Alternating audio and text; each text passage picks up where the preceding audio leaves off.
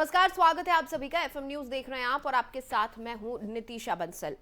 सबसे पहले शुरुआत करेंगे इस वक्त की बड़ी खबर के साथ। दिल्ली में एमसीडी चुनाव का आज ऐलान हो सकता है।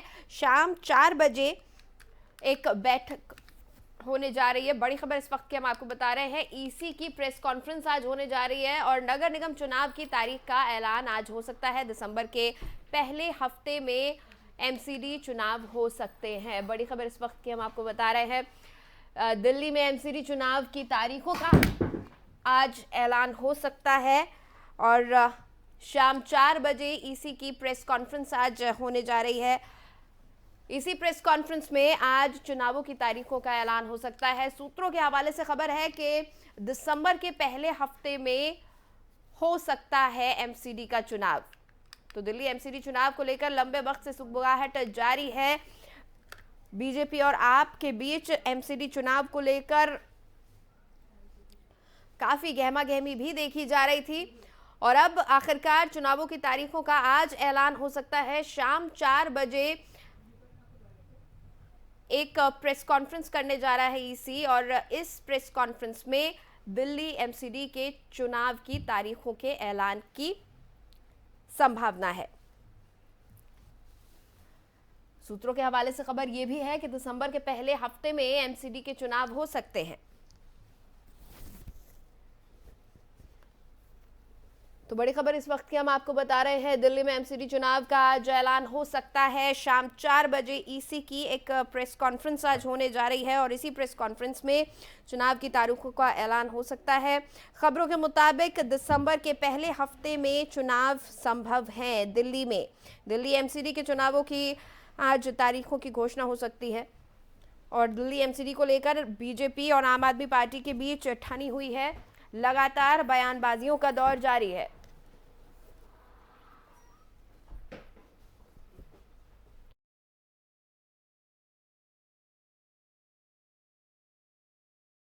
ये जो प्रेस कॉन्फ्रेंस होने जा रही है दिल्ली में, जो एमसीडी के चुनाव है, इसी पर चर्चा के लिए मेरे सहयोगी मेरे साथ जुड़ चुके हैं। दिल्ली से सीधा अजीत मेरे साथ जुड़े हुए हैं, उनसे हम बातचीत करेंगे। अजीत, लंबे समय से दिल्ली एमसीडी को लेकर बीजेपी और आपके बीच ठनी हुई थी। आज आखिरकार ऐसा लग रहा है कि चुनावों की तारीखों का ऐलान होने जा रहा है।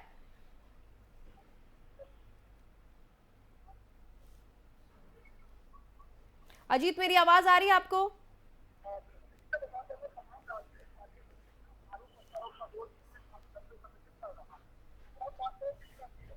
लगातार राजनीतिक पारा है वो लगातार चेंज होता जा रहा है राजनीतिक पारा उबाल के देखिए। अब ऐसे में आज निजाम आयोग की आज 4 बजे एक विशेष प्रेस कॉन्फ्रेंस है जिसको लेकर के आशंका जताई जा रही है। जी अजीत, कुछ टेक्निकल दिक्कत की वजह से अजीत की आवाज हम तक नहीं पहुंच पा रही है ठीक से। हम दोबारा संपर्क करने की कोशिश करेंगे। बहरहाल लंबे समय से दिल्ली एमसीडी को लेकर बीजेपी और आपके बीच टकरार नजर आ रही है और अब चुनावों की तारीखों का ऐलान होने जा रहा है। इससे पहले दिल्ली एमसीडी के चुनावों को लेकर खासकर जब बात यमुना की आई, जब बात साफ सफाई की आई और जब बात प्रदूषण की आई, तो लगातार बीजेपी और आम आदमी पार्टी आमने सामने थे। दोनों एक दूसरे पर दोषारोपण कर रहे थे। कुछ इल्जाम एमसीडी पर आ रहे थे तो कुछ बातें बीजेपी कह रही थी कि राज्य सरकार को लेकर, दिल्ली की जो सरकार है आम आदमी पार्टी सरकार, उसको लेकर। तो अब देखना ये होगा एमसीडी चुनाव में इस बार कौन बाजी मारता है। संभावना है कि दिसंबर के पहले सप्ताह में दिल्ली में एमसीडी के चुनाव हो सकते हैं और इन एमसीडी चुनाव में इस बार मुकाबला देखने लायक होगा। लगातार आम आदमी पार्टी और बीजेपी एक दूसरे के सामने डटकर खड़े हुए हैं, चाहे वो एमसीडी चुनाव को लेकर हो या फिर दिल्ली में बढ़ रहे प्रदूषण को लेकर।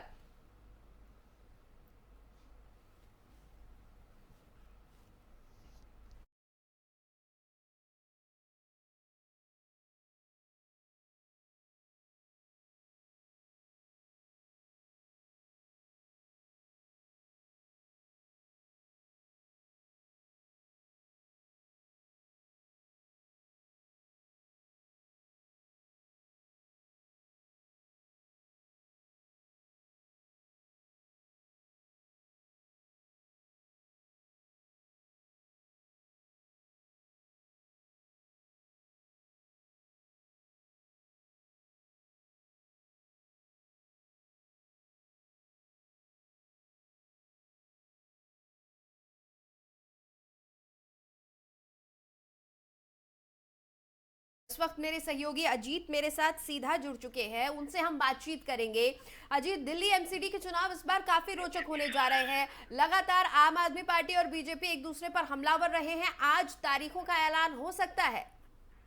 बिल्कुल नितिशा, बताना चाहूंगा राजधानी दिल्ली में अगर मैं बात करूं तो बीते लंबे समय से जो राजनीतिक पारा है वो जी। लगातार उबाल में देखने को मिला है। आरोप प्रत्यारोप की जो राजनीति है वो हमेशा तेज तेज होती दिखी है, चाहे दिल्ली में कूड़े के पहाड़ की बात करें या फिर अन्य मुद्दे पर। तमाम हर बार जो बीजेपी और आम आदमी पार्टी के बीच में लगातार आमने सामने की तकरार देखने को मिली है। अब ऐसे में आज शाम को 4 बजे चुनाव आयोग प्रेस कॉन्फ्रेंस करने जा रहा है, जिसको लेकर के पूरे तौर पर आशंका जताई जा रही है कि आज दिल्ली में होने वाले जो एमसीडी चुनाव हैं उनके तारीखों की घोषणा की जा सकती है। अभी अगर मैं बात करूं तो सूत्रों के हवाले से जो खबर आ रही है वो माना जा रहा है कि दिसंबर के शुरुआती जो पहला सप्ताह है उसमें चुनाव की तारीखों का ऐलान हो सकता है। फिलहाल शाम को 4 बजे आज प्रेस कॉन्फ्रेंस होनी है और तमाम जो तस्वीरें हैं आज शाम को 4 बजे वो साफ हो जाएगी कि अगर दिल्ली में एमसीडी के चुनाव होते हैं तो वो कब होंगे और आगे उसकी क्या रणनीति होगी। अजीत, चाहे यहाँ पर बात गंदगी की हो, चाहे बात हो यमुना की सफाई की, लगातार बीजेपी और आम आदमी पार्टी आमने सामने रहे हैं। इस बार एमसीडी चुनाव को लेकर दोनों पार्टियों में कौन मजबूत नजर आ रहा है? किस तरह का माहौल आपको लग रहा है? बिल्कुल मैं बताना चाहूंगा नितिशा, अगर मैं किसी पार्टी की अगर मैं बात करूँ तो वो कह पाना शायद मुश्किल होगा, लेकिन जिस तरीके से बीते लंबे समय से अगर मैं बात करूँ, क्योंकि पिछले मार्च अप्रैल में चुनाव होने थे, लेकिन उस समय जब तीनों एमसीडी को एक करने की बात आई को लेकर के जब चुनाव को टाला गया तो उस समय भी आम आदमी पार्टी के मुखिया दिल्ली के मुख्यमंत्री अरविंद केजरीवाल लगातार बीजेपी पर हमला बोलते रहे और ये दावा उस समय से लगातार उनका दावा रहा कि अगर एमसीडी के चुनाव अगर अभी हो जाते हैं तो दिल्ली में आम आदमी पार्टी आने वाली है। हालांकि फिलहाल अगर मैं बात करूँ तो कहीं ना कहीं भाजपा को भी हम कमजोर नहीं ले सकते हैं। तो ऐसे में अगर चुनावों की तारीखों की घोषणा हो जाती है तो ये जो टक्कर है वो आमने सामने की टक्कर जरूर देखने को मिलेगी और वो सारा का सारा जो चुनाव के जो वोट है उसके वोट बैंक कहाँ जाता है वो खैर आने वाले समय में ही पता चलेगा। लगातार ये देखा जा रहा है बीजेपी और आम आदमी पार्टी एक दूसरे के आमने सामने डटे हुए हैं, ठने हुए हैं। और अजीत, आप हमारे साथ बने रहिएगा, आगे भी आपसे जानकारी लेंगे। अगली खबर की तरफ फिलहाल हम बढ़ेंगे।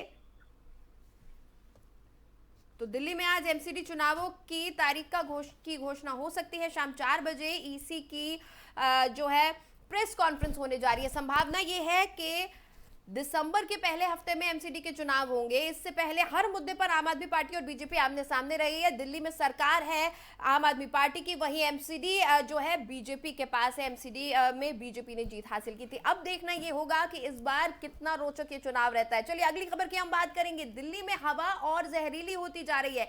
दिल्ली के अलग अलग इलाकों की अगर हम बात करें तो लगातार वायु गुणवत्ता सूचकांक गंभीर श्रेणी में है, यानी कि 400 से ऊपर दर्ज हो रहा है। ऐसे में दिल्ली में सांस लेना मुश्किल होता जा रहा है। इसे देखते हुए वायु गुणवत्ता प्रबंधन आयोग ने गुरुवार को दिल्ली के ग्रेडेड रिस्पांस एक्शन प्लान का स्टेज 4 लागू कर दिया है। इसके लागू होने से दिल्ली में अब डीजल से चलने वाले हल्के वाहनों के संचालन पर प्रवेश के साथ साथ कई तरह के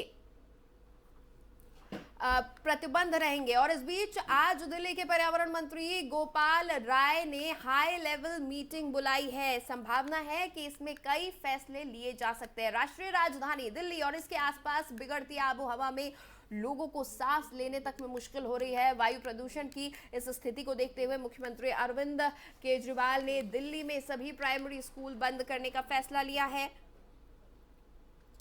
केजरीवाल ने फौरन केंद्र को कदम उठाने के लिए कहा है। उन्होंने कहा कि यह समय राजनीति का नहीं है और ना ही पराली जलाने के लिए किसान जिम्मेदार हैं। उन्होंने कहा कि पंजाब में पराली जल रही है तो इसके लिए हम खुद जिम्मेदार हैं, क्योंकि वहां पर हमारी सरकार है। दिल्ली सीएम ने कहा कि इस मामले में किसानों के साथ मिलकर कई कदम उठाए जाएंगे और अगले साल तक इसके नतीजे देखे जाएंगे।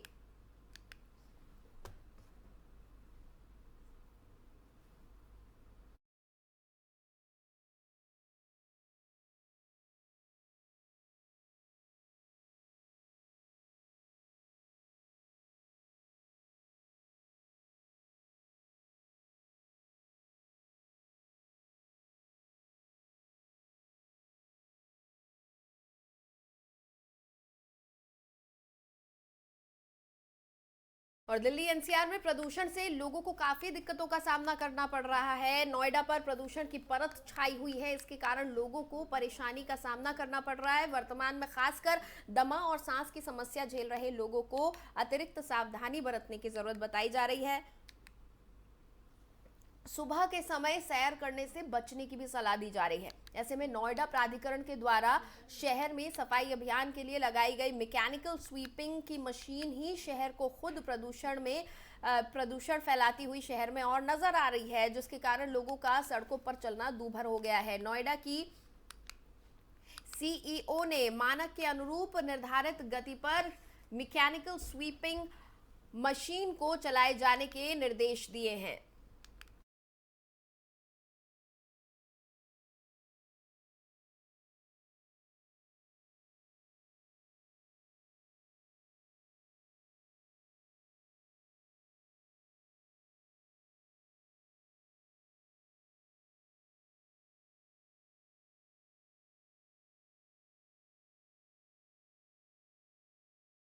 मद्देनजर तमाम कदम उठाए जाने की बात कही जा रही है।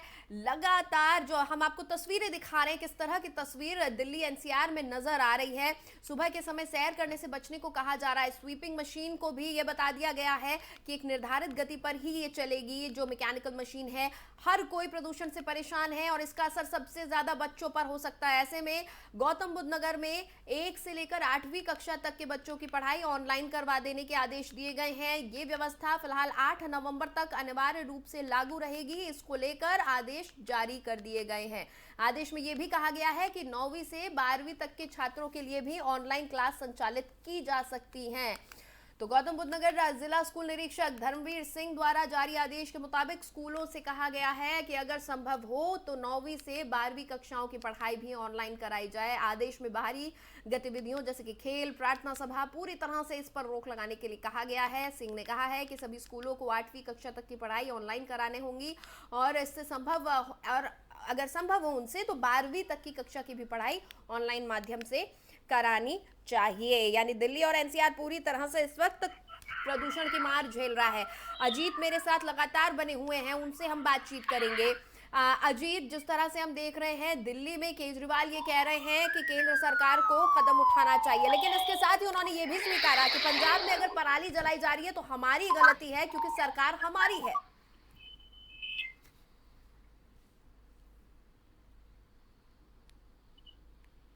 जी बिल्कुल निशा, बताना चाहूंगा अगर मैं राजधानी दिल्ली की बात करूं तो राजधानी दिल्ली में बीते लगभग 1 सप्ताह से जो दिल्ली की जो हवा है वो जहरीली हवा होती जा रही है, या यूं कहें कि कहीं ना कहीं दिल्ली में जो हवा वो दम घोटू हवा होती जा रही है। और ये विशेष तौर पर बच्चों, बुजुर्गों और खास तौर पर वो लोग जो किसी गंभीर बीमारी का शिकार है उनके लिए ये जो हवा है कहीं ना कहीं बड़ी घातक बीमारी, घातक हवा साबित हो रही है। और अगर मैं बात करूं तो दिल्ली में कल भी 400 से पार का जो AQI लेवल था वो दर्ज किया गया था, और आज की अगर मैं बात करूं तो आज भी दिल्ली के कई इलाकों में 400 के पार जो AQI लेवल है वो दर्ज किया गया। अंदाजा लगाना मुश्किल नहीं है कि किस तरीके से AQI लेवल दर्ज किया गया, तो कहीं ना कहीं जो जहरीली हवा है वो आम जन के लिए कितनी मुश्किलों वाली हवा देखने को मिल रही है, कहीं ना कहीं दम घोटू हवा बनती जा रही है। अब ऐसे में अगर मैं बात करूं तो आरोप प्रत्यारोप का दौर भी लगातार जारी है, जहां एक और दिल्ली की आम आदमी पार्टी की सरकार तमाम प्रयासों को लेकर के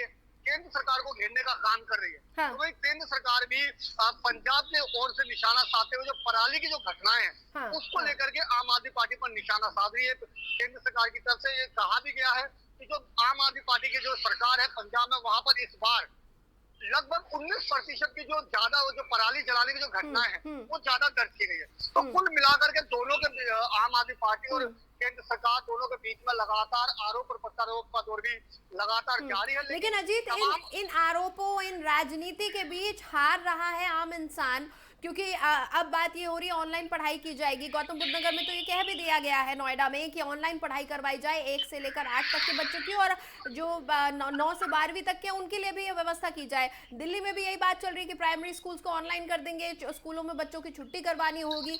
बच्चे पहले ही 2 साल ऑनलाइन क्लासेस के जरिए ही पढ़े हैं। कोरोना के चलते आम जन को इतना नुकसान हुआ है, उसके बाद प्रदूषण की मार कितना झेल पाएगी दिल्ली? बिल्कुल नितिशा, मैं इसी मुद्दे पर आ रहा था कि जिस तरीके से लगातार दोनों पार्टियों के बीच में आरोप और प्रत्यारोप का दौर चल रहा है, उन सब आरोप प्रत्यारोप के बीच में जो शिकार है वो आम जन हो रही है। चाहे वो स्कूली छात्रों की बात करूं या जो ऑफिस में कामकाज पर जाने वाले जो तमाम पुरुष और महिलाएं हैं उनकी बात करूं।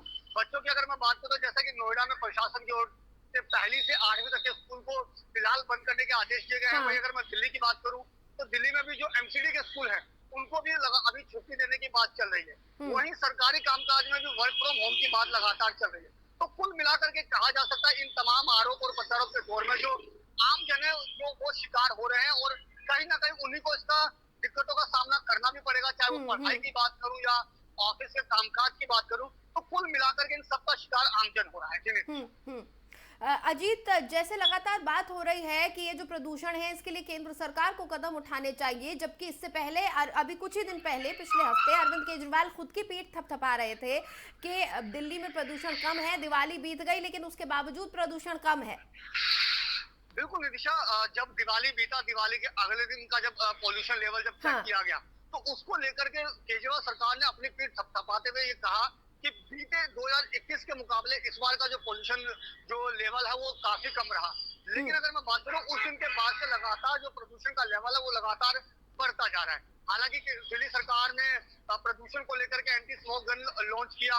उसके बाद चाहे वो रेड लाइट ऑन गाड़ी ऑफ की बात करो तो उसको लेकर के भी केंद्र सरकार को निशाना साधा। तमाम जो दिल्ली के उपराज्यपाल हैं उनके बहाने आरोप लगाया कि जो दिल्ली में जो केंद्र सरकार है वो काम करने नहीं देना चाहती है। तो कुल मिलाकर के दोनों के बीच में लगातार और आरोप और प्रत्यारोप का दौर जारी है। लेकिन इन सब के बीच में जरूरी है कि दिल्ली की जनता के हित को देखते हुए दोनों ही सरकारें मिलकर के काम करें ताकि आम जन को राहत मिले, क्योंकि दोनों ही सरकारों की बेसिक जिम्मेदारी बनती है कि आम जनता के हित में उनका काम वो काम करें।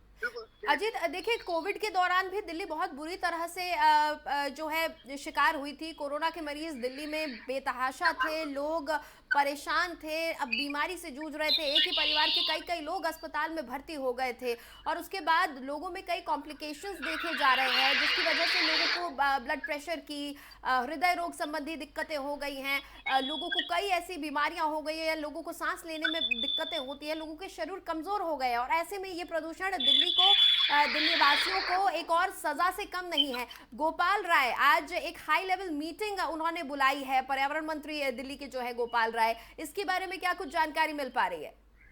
बिल्कुल निश्चय बताना चाहूंगा। अगर मैं गोपाल राय की मीटिंग की बात करूं तो वो दिल्ली में तमाम जो आगे की रणनीति है प्रदूषण को लेकर के, जिस तरीके से मैंने पहले बताया जो ग्रैब सिस्टम लागू है दिल्ली में प्रदूषण को देखते हुए, उसी को लेकर के अब आगे की रणनीति के तहत गोपाल राय की जो आज मीटिंग है वो हाई लेवल मीटिंग बुलाई गई है।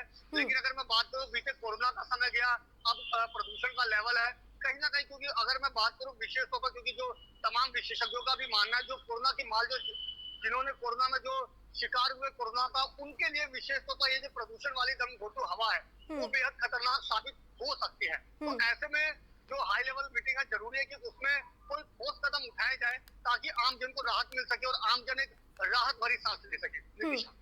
अजीत, क्या लग रहा है? एंटी स्मॉग गन्स देखिए हर जगह डिप्लॉय नहीं की जा सकती हैं। एंटी स्मॉग गन्स बहुत एक छोटा, इसको हम सोल्यूशन कह सकते हैं, लिमिटेड एरिया में इसका प्रभाव होगा। जो इलीगल कंस्ट्रक्शन है उसको लेकर लगातार आवाज उठ रही है कि दिल्ली में जगह जगह कंस्ट्रक्शन हो रहे हैं, जिसकी वजह से जो टाइनी पार्टिकल्स हैं, सूक्ष्म पार्टिकल्स हैं, वो कण हवा में घुल जाते हैं। और क्योंकि हवा का दबाव इस तरह का होता है सर्दियों के मौसम में कि तमाम कण धरती की सतह के करीब रहते हैं हवा के दबाव की वजह से, इस वजह से लगातार प्रदूषण बढ़ रहा है, लोगों को बहुत दिक्कतें होने वाली है। कंस्ट्रक्शन को लेकर कोई कदम उठाया जा रहा है? दिल्ली सरकार क्या कह रही है इसको लेकर? बिल्कुल बताते हैं नितिशा, इस समय अगर बात करी जाए तो कहीं ना कहीं दिल्ली सरकार को चाहे कंस्ट्रक्शन की बात करें या फिर और विशेष तौर पर इंडस्ट्रियल एरिया की बात करें, इन दोनों ही मुद्दों पर काम करने की विशेष तौर पर जरूरत है, क्योंकि इंडस्ट्रियल एरिया भी प्रदूषण का एक बहुत बड़ा कारण कह सकते हैं। लेकिन दिल्ली सरकार उस ओर अभी फिलहाल जरा सा भी ध्यान नहीं दे रही है। अगर मैं बात करूं एंटी स्मोक गन की, तो मुझे नहीं लगता कि खाली एंटी स्मोक गन ही प्रदूषण को रोकने के लिए काफी होगा। अगर ऐसा होता तो शायद दिल्ली में जो प्रदूषण का लेवल है वो अभी स्थिति जो है वो नियंत्रण में रहती, लेकिन कहीं ना कहीं नियंत्रण से बाहर है। तो दिल्ली सरकार के लिए एक बेहद चिंता का विषय है और जरूरी है कि दिल्ली सरकार अन्य और पहलुओं पर भी और अन्य बिंदुओं पर भी वो काम करे और उसको लेकर के फैसला ले। अजीत, कई टावर्स इंस्टॉल किए गए थे दिल्ली में प्रदूषण को कंट्रोल करने के लिहाज से। उसके बारे में क्या जानकारी है, क्या स्थिति है उनकी? हाँ बिल्कुल नितिशा, जैसा मैंने बताया, चाहे वो टावर की बात हो या अन्य और जो भी और नीतियों की बात हाँ। हो, जैसा कि पिछले साल भी रेड लाइट ऑन गाड़ी ऑफ की जो बात कही गई थी, उसके बावजूद भी दिल्ली में जो प्रदूषण है वो थमा नहीं था। बार बार दिल्ली सरकार बीते साल भी पराली की घटनाओं को लेकर के अपना पल्ला झाड़ती हुई नजर आ रही थी। लेकिन अगर इस बार की अगर मैं बात करूं तो पंजाब में, जैसा कि केंद्रीय मंत्री भूपेंद्र ने भी इसको लेकर के विशेष तौर पर ट्वीट किया कि 19% पिछली बार के मुकाबले ज्यादा बढ़ा है। ज्यादा तो इस बार पराली कहीं ना जलाई कहीं गई वो है। हाँ। अपनी जिम्मेदारी से पल्ला भी नहीं झाड़ सके, क्योंकि दिल्ली के साथ साथ पंजाब में भी आम आदमी पार्टी की सरकार है। तो ऐसे में क्योंकि हर बार ये कोई पहला साल नहीं है जब सर्दी के मौसम में प्रदूषण का लेवल ज्यादा है। हर बार बीते लंबे समय से सर्दी का मौसम आते ही प्रदूषण का जो खतरा है वो बढ़ जाता है। दिल्ली सरकार हर बार दावे करती है, हर बार लगातार दावे किए जाते हैं, तमाम प्रयासों की बात की जाती है, अभियान चलाए जाते हैं, लेकिन हर बार वो अभियान नाकाफी साबित होते हैं। तो ऐसे में जरूरी है कि दिल्ली सरकार कोई अस्थायी नहीं बल्कि स्थायी समाधान निकाले, ताकि दरअसल अजीत, शायद हो ये रहा है कि हर साल ये जो चर्चा होती है प्रदूषण को लेकर, आवाज उठाई जाती है, ये एक रिचुअल बनकर रह गया, एक रीति बनकर रह गई है कि हम हर साल बैठेंगे, इस पर चर्चा करेंगे, दोषारोपण करेंगे, केंद्र सरकार और राज्य सरकार एक दूसरे के ऊपर निशाना साधेंगे, और उसके बाद जैसे जैसे मौसम बदलेगा प्रदूषण अपने आप थोड़ा कम हो जाएगा और लोग इस चीज को भूल जाएंगे। ऐसा लग रहा है राजनीतिक पार्टियों ने इसको एक रिवाज बना लिया है अपना, हर साल की एक राजनीति का मुद्दा उन्होंने तय किया हुआ है। बिल्कुल नितिशा, जैसा कि मैंने कहा, यही मैं बिल्कुल कहना भी चाह रहा था कि दिल्ली में हर बार सर दिवाली के बाद ही, या मैं कहूँ दिवाली का त्योहार, दिवाली आने से पहले ये कह दिया जाता है पटाखे मत जलाइए, प्रदूषण बढ़ेगा, लेकिन कदम सरकार को नहीं उठाने हैं प्रदूषण के रोकथाम के लिए। बिल्कुल नितिशा, जैसा कि मैंने कहा कि हर बार दिवाली का त्योहार आते ही दिल्ली में प्रदूषण का खतरा बढ़ जाता है। हाँ। ये कोई पहली बार नहीं है, पिछले कई सालों से ऐसा दिल्ली में देखने को मिल रहा है। तो ऐसे में अगर दिल्ली सरकार या तमाम अन्य सरकार इस पर कोई स्थायी समाधान नहीं निकाले, तो साफ तौर पर कहा जा सकता है कि सरकारें इसको लेकर के कहीं ना कहीं उतना गंभीर नहीं है, क्योंकि अब ये एक राजनीतिक मुद्दा भी बनता जा रहा है। और इस तमाम मुद्दों पर तमाम राजनीतिक पार्टियां अपने वोट बैंक को बटोरने में लगी रहती है, लेकिन इस तमाम वोट बैंक की राजनीति के बीच में जो शिकार है वो आम जनता होती है, दिल्ली की जनता होती है। और वो जनता जिन्होंने दिल्ली में अपने लोकतंत्र की सरकार चुनी है, उसके बाद भी उनकी चुनी हुई सरकार उन दिल्ली वासियों के लिए काम करने में कहीं ना कहीं असमर्थ नजर आ रही है, क्योंकि ये पिछले लंबे समय से चल रहा है, लेकिन बावजूद इसका अगर इसका कोई स्थायी समाधान नहीं निकाला गया तो मुझे लगता है कि दिल्ली सरकार को इस पर अपनी न केवल जिम्मेदारी लेनी चाहिए, बल्कि आने वाले समय के लिए ठोस कदम उठाना चाहिए, ताकि ये स्थिति आने वाले समय में दोहराई ना जाए। चलिए, बहुत बहुत शुक्रिया अजीत इस पूरी बातचीत के लिए आपका।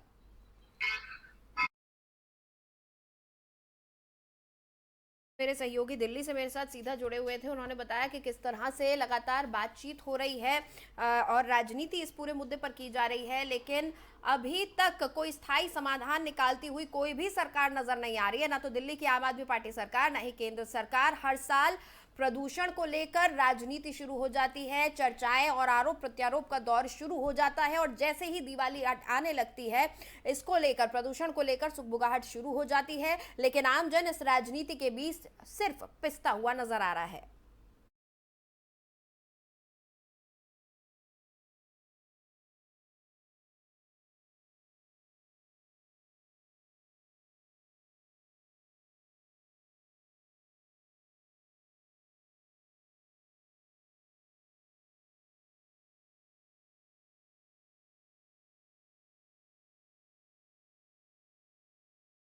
और दिल्ली एनसीआर की खबरों में फिलहाल इतना ही। मुझे दें इजाजत, खबरों के लिए आप बने रहिए एफएम न्यूज के साथ।